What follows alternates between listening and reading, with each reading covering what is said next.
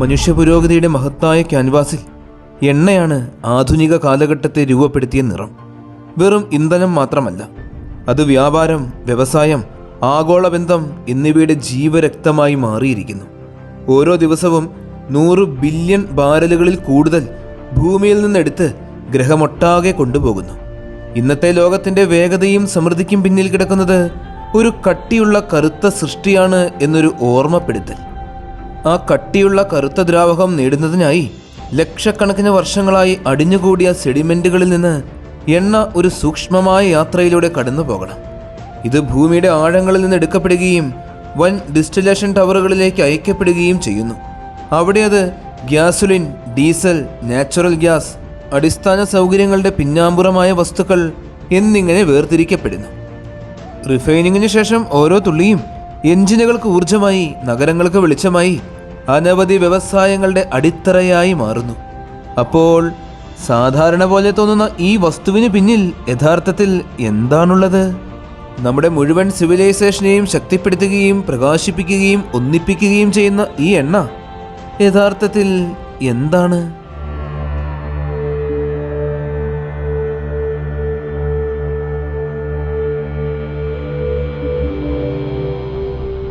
ദശാബ്ദങ്ങളോളമായി എണ്ണയെ ആധുനിക ലോകത്തിൻ്റെ ജീവരക്തമായി കണക്കാക്കിയിട്ടുണ്ട്. ഇത് കാർ, വിമാനങ്ങൾ, കപ്പലുകൾ എന്നിവയെ മാത്രം പ്രവർത്തിപ്പിക്കുന്ന ഒന്നല്ല. വൈദ്യുത ഉൽപാദനം, പ്ലാസ്റ്റിക്, രാസവസ്തുക്കൾ, ആയിരക്കണക്കിന് മറ്റ് വ്യവസായങ്ങൾ എന്നിവയിലേക്കും പടർന്നു കിടക്കുന്നു. എണ്ണവിലയിലുണ്ടാകുന്ന ചെറിയൊരു മാറ്റം പോലും ലോകമൊട്ടാകെ വലിയ പ്രതികരണം സൃഷ്ടിക്കുവാൻ സാധിക്കും. ഗതാഗത ചെലവുകൾ ഉയരും, സാധനങ്ങൾക്ക് കൂടുതൽ വിലയേറും, വിലക്കയറ്റം ഉയരും, ലക്ഷക്കണക്കിന് കുടുംബങ്ങളുടെ ദൈനംദിന ജീവിതം നേരിട്ട് ബാധിക്കപ്പെടും.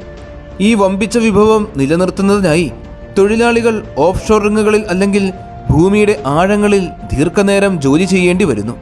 എണ്ണ വ്യവസായം വർഷത്തിൽ $1,00,000 കവിയുന്ന ശമ്പളങ്ങൾ നൽകുന്നു. എന്നാൽ അതിന് പകരമായി തൊഴിലാളികൾ 12 മണിക്കൂർ മുതൽ 13 മണിക്കൂർ വരെ നീളുന്ന ഷിഫ്റ്റുകൾ, ശബ്ദമുള്ള പരിസരത്ത് ആഴ്ചകളോളം കുടുംബങ്ങളിൽ നിന്നും അകലം പാലിച്ച് കഴിയേണ്ടി വരുന്നു. സ്ഫോടകങ്ങളുടെയും മരണകരമായ അപകടങ്ങളുടെയും സ്ഥിര സാന്നിധ്യം അവിടെയുണ്ട്.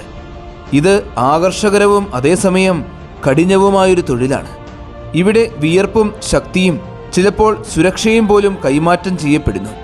ഊർജത്തിൻ്റെ ഒഴുക്ക് ഒരിക്കലും നിർത്താതിരിക്കുന്നതിനായി, ഈ ഭൂമിയെ ചലിപ്പിക്കുന്നതിനായി. ഭൂമിയുടെ പുറന്തൊലിക്ക് താഴെ ലക്ഷക്കണക്കിന് വർഷങ്ങൾ പഴക്കമുള്ള സെഡിമെൻ്ററി പാളികളിൽ എണ്ണയും വാതകവും കുടുങ്ങിക്കിടക്കുന്നു. ആധുനിക സിവിലൈസേഷനെ രൂപപ്പെടുത്തിയ ഊർജ സ്രോതസ്. എന്നാൽ ഈ നിക്ഷേപങ്ങളിൽ ഭൂരിഭാഗവും നമ്മുടെ കാലടിയിൽ നേരിട്ട് കിടക്കുന്നില്ല. അവ സമുദ്രത്തിൻ്റെ അടിത്തട്ടിനും ആയിരക്കണക്കിന് മീറ്ററുകൾ താഴെയാണ് ഒളിഞ്ഞിരിക്കുന്നത്.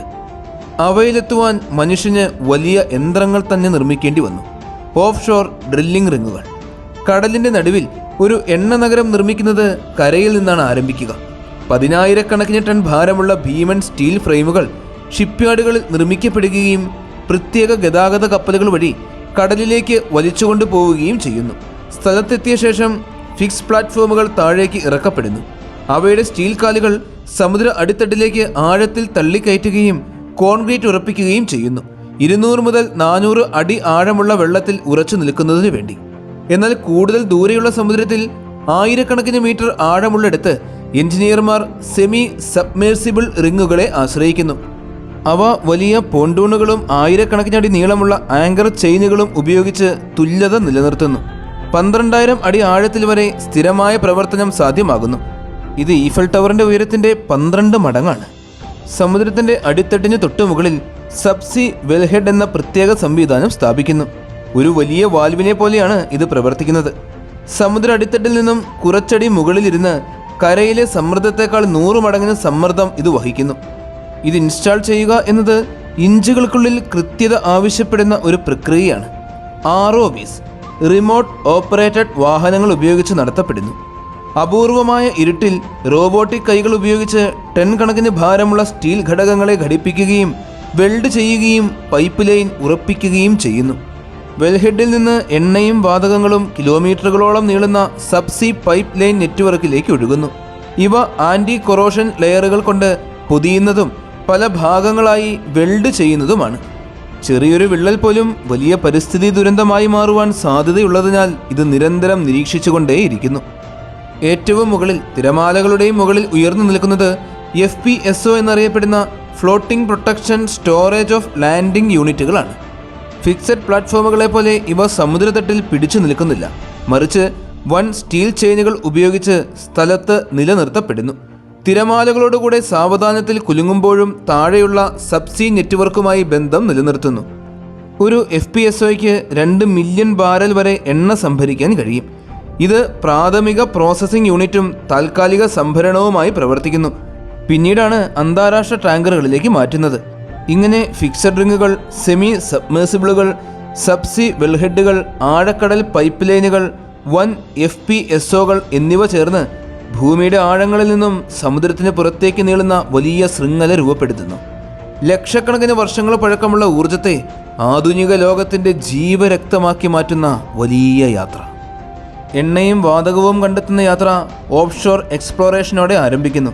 സർവേ കപ്പലുകളുടെ ഡെക്കിൽ എഞ്ചിനീയർമാർ വലിയ ശബ്ദതരംഗങ്ങൾ സമുദ്രത്തിലേക്ക് അയക്കുന്നു. ഈ ശബ്ദതരംഗങ്ങൾ സമുദ്രത്തിൻ്റെ അടിത്തട്ട് വരെ യാത്ര ചെയ്ത് തിരിച്ചു വരികയും ചെയ്യുന്നു. സമുദ്രത്തിന് മുകളിലെ സെൻസറുകൾ ഒരു നെറ്റ്വർക്കിലൂടെ ഇവയെ പിടിച്ചെടുക്കുന്നു. ഈ ഡേറ്റകളിൽ നിന്നും ഒരു 3D സീസ്മിക് മാപ്പ് നിർമ്മിക്കുന്നു.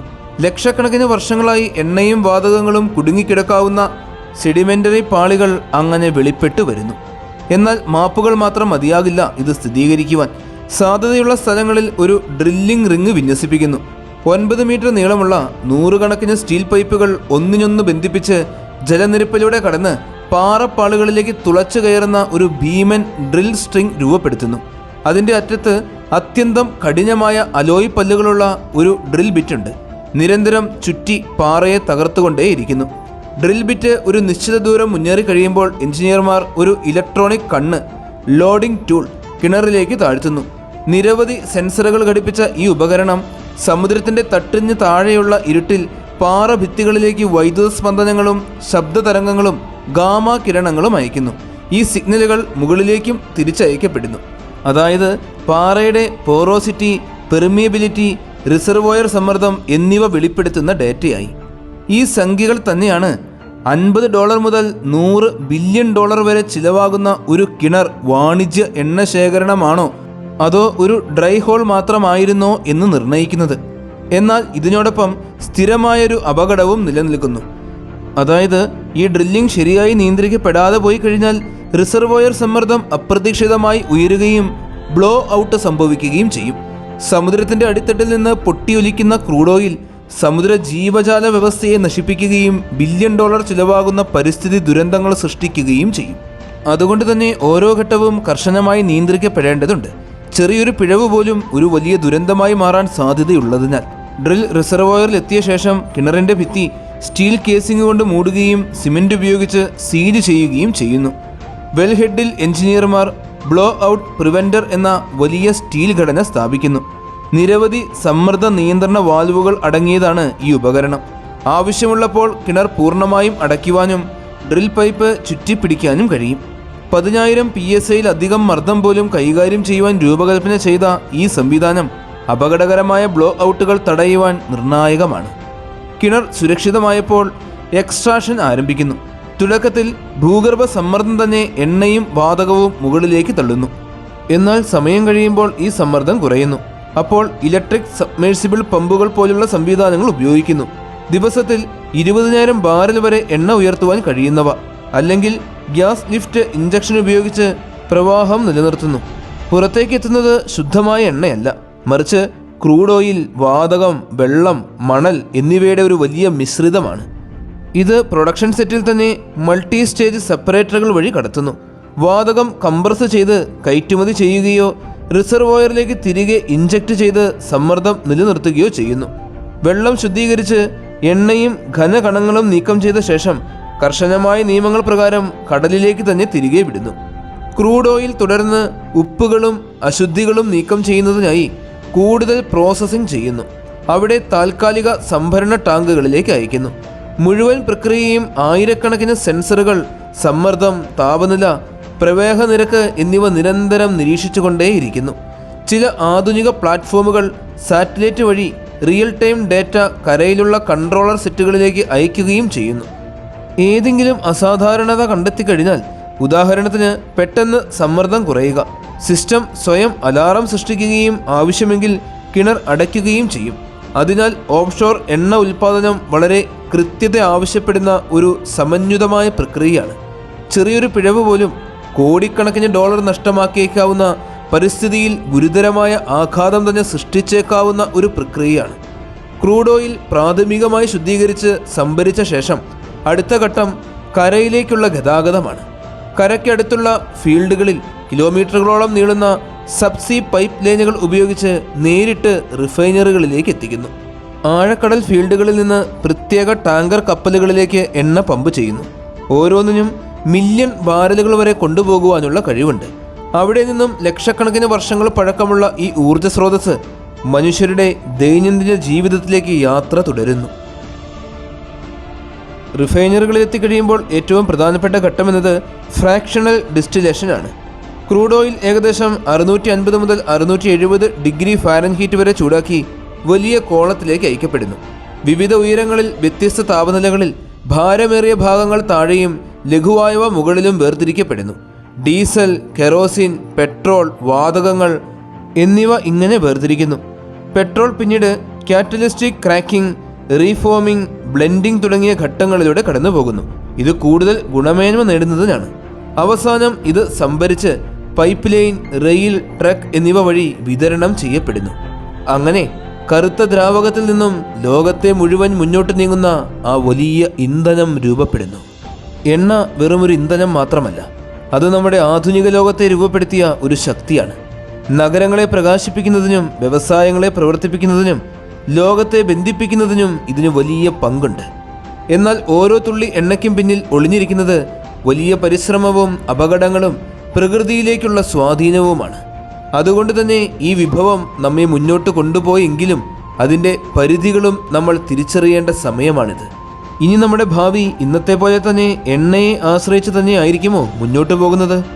അല്ലെങ്കിൽ കൂടുതൽ ശുദ്ധവും സ്ഥിരതയുള്ളതുമായ മറ്റേതെങ്കിലും ഊർജം മനുഷ്യൻ കണ്ടെത്തുമോ? ലോകത്തിൻ്റെ ഭാവി തീരുമാനിക്കുന്നത് ഈ തെരഞ്ഞെടുപ്പുകളാണ്.